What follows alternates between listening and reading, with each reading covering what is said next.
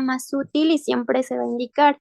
Esta nos va a permitir la evaluación de la etiología en cuanto a la valoración de la magnitud y la distribución de la enfermedad, y es más probable detectar enfermedades coexistentes o subyacentes, como, no sé, un ejemplo puede ser adenopatías mediastínicas ocultas, cáncer o efisema. Continuando con las pruebas de laboratorio, pues se hace en pacientes con características clínicas que sugieren un trastorno del tejido conectivo, vasculitis o exposición ambiental. Y dichas pruebas pueden incluir anticuerpos antinucleares, factor reumatoide y otras pruebas serológicas más específicas para las enfermedades del tejido conectivo. En cuanto a la biopsia broncoscópica transbronquial, esta nos va a permitir diferenciar ciertas enfermedades pulmonares intersticiales, como lo es la sarcoidosis y la neumonitis por hipersensibilidad, pero no nos va a proporcionar información del tejido de superficie. Continuando con la criobiopsia, es una técnica que va a congelar rápidamente el tejido pulmonar inmediatamente antes de la extracción, y esta se va a investigar como auxiliar para el tratamiento, digo, para el diagnóstico de ciertas enfermedades pulmonares intersticiales. Aquí el rendimiento del tejido es mayor que el de la biopsia transbronquial, pero es menor que el de la biopsia pulmonar quirúrgica, y los riesgos del procedimiento van a incluir sangrado y neumotórax. Ya por último, la biopsia pulmonar quirúrgica pues es necesaria para confirmar el diagnóstico cuando los antecedentes no permiten hacerlo, y es preferible la biopsia en varios sitios con un procedimiento de cirugía toracoscópica y videoasistida.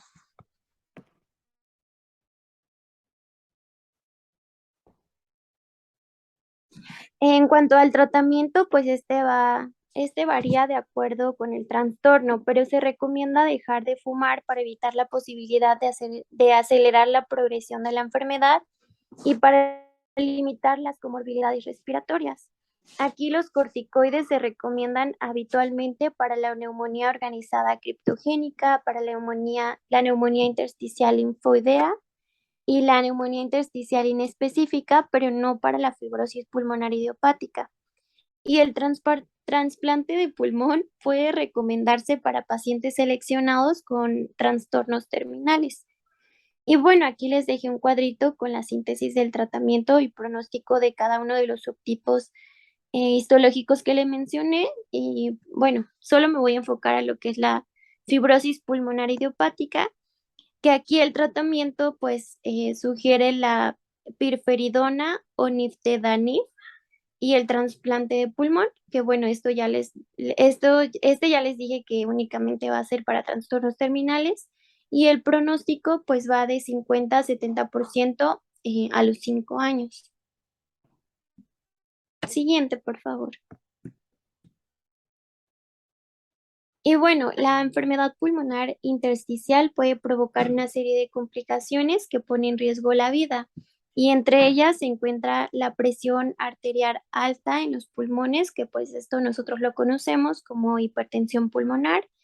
Y a diferencia de la presión arterial alta sistémica, este trastorno pues va a afectar solo a las arterias de los pulmones, y comienza cuando el tejido cicatrizal o los niveles de oxígeno bajos pues restringen los vasos sanguíneos más pequeños, lo que va a limitar el flujo de sangre a los pulmones, y esto a su vez va a aumentar la presión dentro de las arterias pulmonares, y la hipertensión pulmonar pues va a ser una enfermedad grave que va a empeorar de manera progresiva. Siguiendo con la insuficiencia cardíaca derecha, pues esta enfermedad, pues como sabemos, es grave y se va a manifestar cuando la cavidad inferior derecha del corazón tiene que bombear con más fuerza que lo normal para llevar la sangre a través de las arterias pulmonares obstruidas, y con el tiempo el ventrículo derecho pues deja de funcionar por la tensión adicional, y en general es una consecuencia pues también de la hipertensión pulmonar. Ya por último, la insuficiencia respiratoria. Esta se encuentra en la etapa terminal de la enfermedad pulmonar intersticial crónica, en la insuficiencia respiratoria. En la insuficiencia respiratoria va a ocurrir cuando los niveles extremadamente bajos de oxígeno en sangre, junto con las presiones en aumento de las arterias pulmonares y el ventrículo derecho, pues van a causar esta insuficiencia. Y bueno, esto sería todo por mi parte. Muchas gracias. Mi nombre es Ricardo y ahora continuaremos con la parte de enfermedades pulmonares obstructivas. Siguiente, por favor. Bueno, para comenzar vamos a definir qué son estas. Y la definición que encontramos es que son un grupo de enfermedades del pulmón que se caracterizan por el aumento de la resistencia al flujo aéreo como consecuencia de la obstrucción parcial o completa a cualquier nivel, desde la tráquea y los bronquios y hasta los bronquiolos terminales y respiratorios. Esto es muy importante y esta es como la definición con la que vamos a partir para poder entender las siguientes patologías. También es importante mencionar que las enfermedades más frecuentes son el efisema, la bronquitis crónica, el asma y las bronquiectasias, cada una de las cuales muestran características histopatológicas y clínicas distintivas, que vamos a ver más adelante. También cabe mencionar que el efisema y la bronquitis crónica se agrupan a menudo en el ámbito clínico bajo la denominación de enfermedad pulmonar obstructiva crónica, más conocida como EPOC.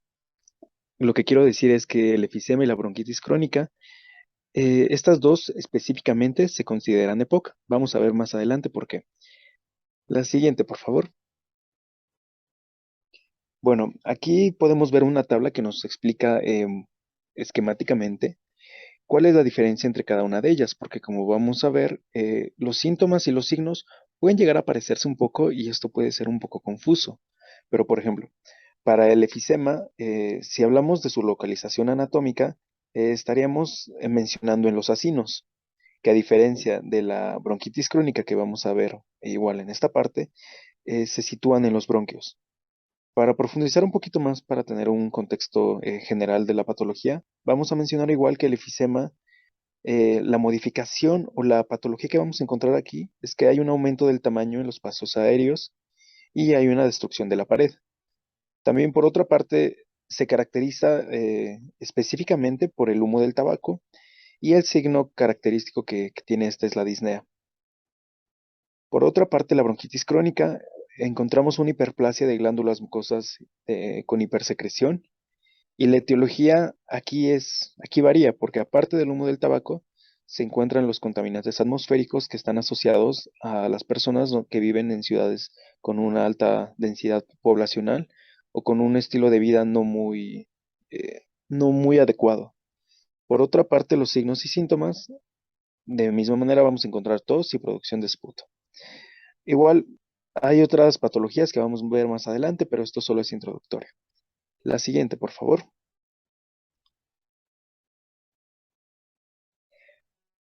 Bueno, ahora vamos a continuar ya específicamente con enfisema. La siguiente, por favor.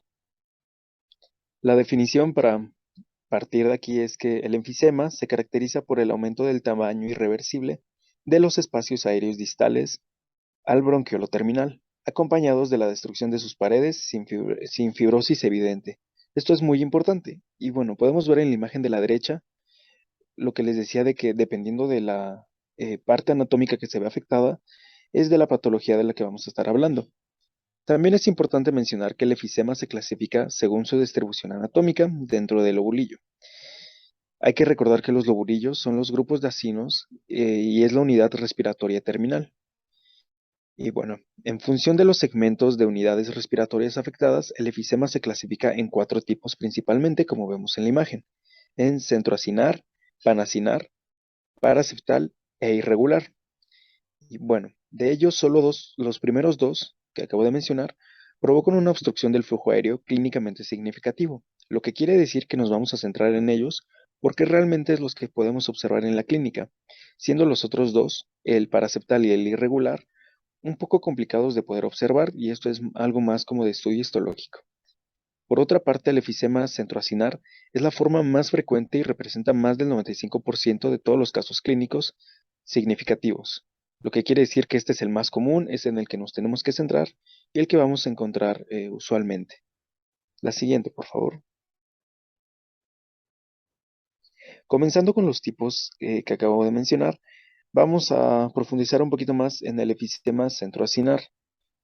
Ok, este es el tipo de efisema que se ve afectado a la parte central o proximal de los acinos y de los bronquiolos respiratorios, mientras que los alvéolos distales están conservados. Por tanto, existen espacios aéreos efisемatosos y normales dentro del el mismo acino y del mismo lobulillo.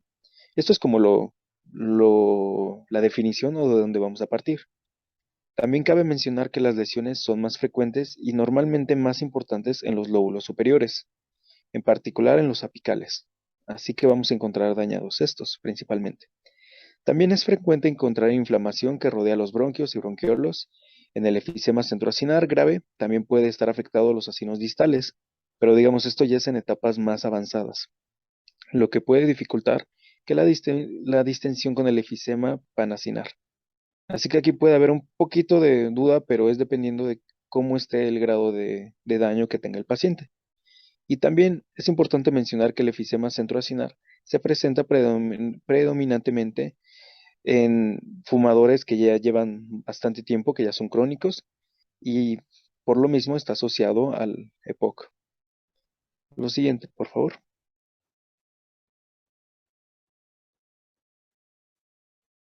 Ok, ahora vamos con el efisema panacinar. Aquí les puse una imagen para que pueda ser como más esquemático, lo que podamos entenderlo, para no quedarnos solamente pues en la teoría y que sea un poquito difícil de dimensionar. La definición de este es que los acinos están aumentados de tamaño y uniformemente desde el nivel de los bronquiolos respiratorios hasta los alvéolos terminales ciegos. También es importante mencionar algo, que el prefijo pan se refiere al acino completo, o sea, que es toda la unidad del acino, no a todo el pulmón, porque pues si escuchamos este nombre nos podríamos llegar a confundir, pero es importante que tengamos esto en cuenta. Y bueno, esto es totalmente contrario al efisema centroacinar, porque el efisema panacinar tiende a presentarse con mayor frecuencia en las zonas inferiores, en los bordes anteriores del pulmón y habitualmente es más extenso en las bases. Y bueno, como dato importante o algo que encontré que se mencionaba, es que este tipo de efisema se asocia a la deficiencia de alfa-1 antitripsina, que más adelante vamos a ver que también es importante para otras patologías. La siguiente, por favor.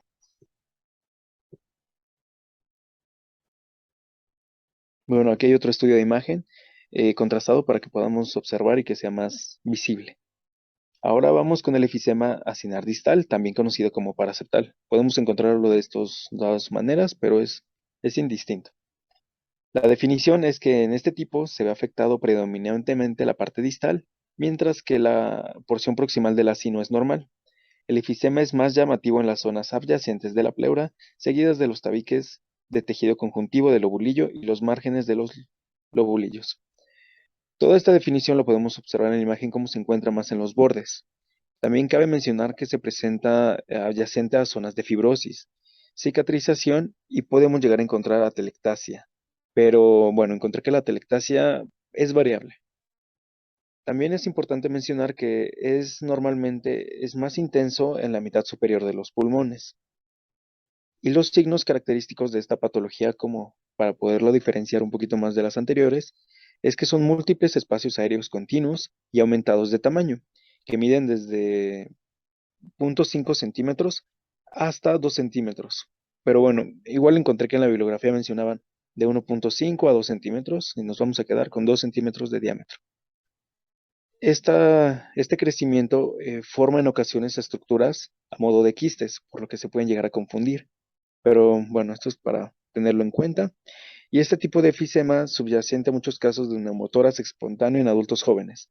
Cuando el paciente llega, como acabo de mencionar aquí, que es joven y de la nada o aparentemente tuvo un neumotórax sin realmente tener un trauma o algo que se justifique, pues podemos llegar a pensar en esto, pero pues tendría que tener una historia clínica compatible con todo un desgaste pulmonar que ya mencionamos anteriormente. La siguiente, por favor.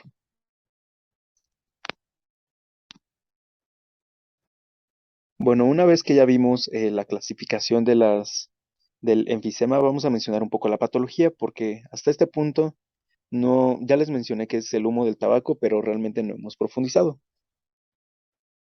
Y bueno, vamos a partir ya. Como dije, el humo del tabaco es muy importante, pero también tenemos otras partículas tóxicas que pueden llegar a producir daño e inflamación que desemboca en la destrucción del parénquima y que conocido como enfisema y de la enfermedad de las vías respiratorias, que nos puede llegar a producir bronquiolitis y bronquitis crónica. Es importante mencionar que cuando al paciente se le menciona que es tabaquismo, no nos mencionamos, o más bien lo pasamos de largo, que no es exclusivamente el consumo del tabaco propio. También los fumadores pasivos encontré que pueden llegar a verse afectados cuando se tiene un entorno en el cual una persona fuma crónicamente, pues las personas a su alrededor también se ven afectadas. Asimismo, las partículas tóxicas se puede relacionar con las industrias y de manera de las patologías laborales que ya conocemos y que ya hemos mencionado anteriormente, que están expuestos a gases y no se tienen realmente un cuidado. Y también por la parte de los automóviles, que si no se tiene una buena ventilación, se está acostumbrado a vivir en la ciudad que se asocia más a esta parte, pues nos puede generar un problema bastante importante. Para continuar con la imagen que está en la diapositiva, les voy a mencionar que los mediadores de la inflamación y los leucocitos aquí actúan de una manera muy clara, porque se ha demostrado que la elevación de una amplia variedad de mediadores en las zonas afectadas, o sea, los podemos encontrar en estudios histológicos e estudios más no solamente clínicos. Lo que podemos encontrar son los leucotrienos y principalmente estos. También podemos encontrar interleucina 8, TNF y otros. Es importante decir que estos mediadores se liberan desde las células epiteliales y macrófagos residentes y atraen células proinflamatorias circulantes. Como ya vimos, este es un círculo. Entre más haya, pues va a haber más macrófagos que van a empezar a atraer más células y esto es un ciclo que se continúa hasta que no se interrumpa realmente el factor inicial. Bueno, también por otra parte, vamos a tener que, estos son los factores quimiotácticos, o sea, esto es lo que genera. Pero también hay una amplificación del proceso de inflamatorios. No solamente hablamos que se atraen células, sino que también es una inflamación crónica, que pues ya como ya conocemos, se conocen como las citocinas proinflamatorias, y también se inducen modificaciones estructurales, principalmente por factores de crecimiento. Por otra parte, hay un desequilibrio en las proteasas y en las antiproteasas. Vi que esto todavía se está estudiando, pero que realmente se considera que es muy importante, porque desde las células inflamatorias y las células epiteliales se liberan varias proteasas que degeneran el componente del tejido conjuntivo, con lo que podemos encontrar los signos clínicos y según la clasificación de lo que vimos anteriormente. También es importante decir que en los pacientes se desarrolla efisema con una presencia de deficiencias relativas a las antiproteasas protectoras, que en algunos casos tienen una base genética. Con lo que quiero decir que si realmente no hay un equilibrio entre las proteasas y las que lo inhiben, realmente es cuando también podemos llegar a empezar a ver problemas, aunque el estímulo no sea suficientemente relevante. Pero esto se asocia más a la parte genética y a la epigenética que hemos visto que pues es muy variable dependiendo de cada paciente y no podemos generalizar. Por otra parte tenemos el estrés oxidativo. Como ya sabemos, las sustancias que contienen el humo del tabaco y en general el aire que está contaminado producen un daño alveolar y las células inflamatorias producen oxidantes que aumentan el daño tisular y la inflamación. O sea, otra vez es un círculo. Y las funciones de los oxidantes se confirman en modelos que se han hecho, no en humanos, porque claramente había un problema de bioética, pero pues encontré que en ratones ha visto que la parte genética que codifica ya en ciertos genes como el NRF2, que ya se tiene bien ubicado, pues se ve el daño que hay aquí y realmente pues se piensa que es el estrés oxidativo. También encontré que hay varios genes, pero son muchos genes. Solo les voy a mencionar que el más importante es el NRF2. Se encontró que aquí en ratones es el causante del estrés oxidativo relacionado al tabaquismo y a los factores medioambientales. contaminantes que realmente generan este daño y se puede asociar con el daño pulmonar. Por otra parte, tenemos infecciones. Este lo encontré como paréntesis, porque es importante que, aunque no pensemos realmente que una infección aguda pueda participar en un daño, pues realmente sí hay una destrucción tisular y las infecciones bacterianas o víricas también pueden exacerbar la inflamación que ya se encontraba y pueden hacer que sea una inflamación asociada y que si ya nuestro paciente tenía bronquitis crónica, pues esta se empeore. También, bueno, ya sería todo de esta diapositiva, por favor. La siguiente. Todo esto nos va a llevar a la destrucción de la pared alveolar. Ok, por otra parte, encontré que podríamos resumir que los factores más relevantes que vamos a encontrar es una hiperplasia de células caliciformes con moco que obstruye la luz. O sea, una vez que ya se generó el daño, que ya hubo todos estos factores predisponentes, vamos a encontrar esto. Por otra parte, vamos a encontrar infiltrados inflamatorios en las paredes bronquiales que contienen neutrófilos, macrófagos, linfocitos B, que a veces forman folículos y principalmente también linfocitos T, que también nos va a llevar al engrosamiento de las paredes de la pared bronquial y debido a la hipertrofia del músculo liso y la fibrosis peribronquial. Nos estamos hablando que aquí principalmente vamos a encontrar una inflamación muy marcada y eso es lo que nos va a generar los problemas. Por otra parte, varios factores contribuyen a la obstrucción de la vía respiratoria en el enfisema. No solamente es a nivel bronquial, o no es tan localizado como podría parecer. En condiciones normales, las vías respiratorias pequeñas se mantienen abiertas gracias a la retracción elástica del parénquima pulmonar y a la pérdida del tejido elástico de las paredes de los alvéolos que rodean los bronquiolos respiratorios, reduce la tracción radial de estos. Lo que quiere decir que cuando se encuentran estas patologías realmente se pierde el control de los alvéolos y esto es lo que nos genera la patología. Así que ya hablamos que hay una inflamación. Ya hablamos que aparte también hay un problema en la retracción elástica del parénquima pulmonar. Y sobre todo, si el paciente continúa fumando, se continúa estrechando la luz y sigue habiendo una obstrucción funcional pues, del flujo aéreo. Con lo cual, esto explica todos los signos patológicos, como mencionamos de la disnea, la cianosis, de manera introductoria, y es lo que vamos a encontrar. La siguiente, por favor. Ok, aquí en síntomas y signos, y principalmente en la evolución clínica de la patología, es que esto puede llegar a ser muy grave de manera inicial, porque los síntomas no aparecen hasta que se daña al menos un tercio del parénquima pulmonar, antes de que sean visibles. Así que realmente cuando el paciente ya comienza a tener signos y síntomas, es porque realmente ya hay un daño importante o un daño que realmente puede causar problemas a la salud, porque quiere decir que el pulmón ya no pudo continuar, ya no pudo tener los métodos alternativos de aumentar la respiración, la frecuencia, todo eso ya no es eficiente y realmente ya hay un daño presente. Por otra parte, lo que primero aparece es la disnea.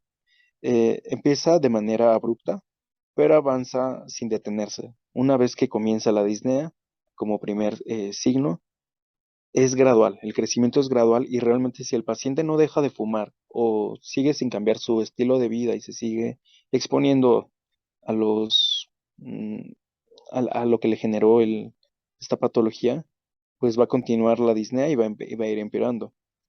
También en algunos pacientes la tos y las expectoraciones son muy variables y dependen del grado de bronquitis asociada. Así que realmente dependiendo de la clasificación que vimos anteriormente, pues es como lo va a tener y el grado que lo va a incapacitar en su vida.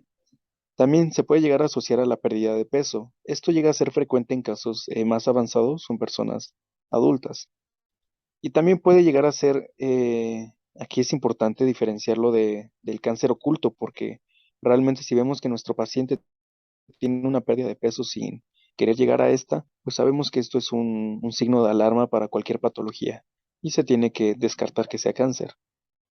Por otra parte, clásicamente el paciente con efisema grave, digamos que ya está avanzado, va a presentar un tórax en tonel o en barril, como también lo conocemos, que es cuando las costillas o se vuelven de manera horizontal y parece que el paciente está como tomando aire de manera continua, aunque realmente esto ya no lo puede controlar. También vamos a encontrar la disnea, como ya mencioné, esto es muy variable de cómo lo vamos a ir viendo. Y bueno, con la aspiración claramente prolongada, o sea, realmente se va a ver el paciente, la manera de respiración, esta es muy clara, sí, es muy clara al verlo. Porque este se va a sentar hacia adelante en una postura excesivamente encorvada, o sea, vamos a verlo como si estuviera pensando y va a respirar con los labios fruncidos y va a ser muy lenta su respiración, muy profunda, porque va a intentar compensar de manera inconsciente la falta de oxígeno que está teniendo su cuerpo. Y bueno, estos son como clásicamente como llega el paciente, lo podemos comprobar con espirómetros y clásicamente el diagnóstico es clínico, cuando realmente ya se ve este paciente que llega, ya nos justificaría los estudios de imágenes que les presenté anteriormente para entender, más bien, para confirmar el diagnóstico. También tiene que ser compatible con un historial o con una historia clínica de fumador crónico que está expuesto a aires tóxicos o de manera específica por un tema laboral. La siguiente, por favor. Ok, en esta tabla, bueno, en esta diapositiva les sinteticé cuál es el pronóstico y el tratamiento. Realmente el pronóstico depende de en qué estadio llegue el paciente y realmente la edad del paciente.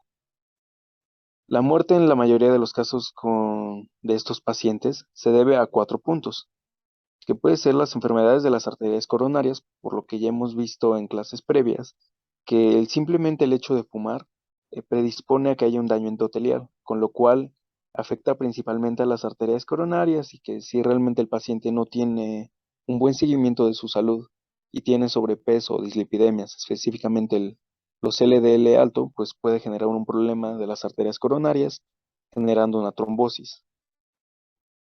Como segundo punto tenemos la insuficiencia respiratoria, que esta es por todo el daño alveolar y todo el daño pulmonar que podemos encontrar. También insuficiencia cardíaca derecha por las dos patologías anteriores que mencioné.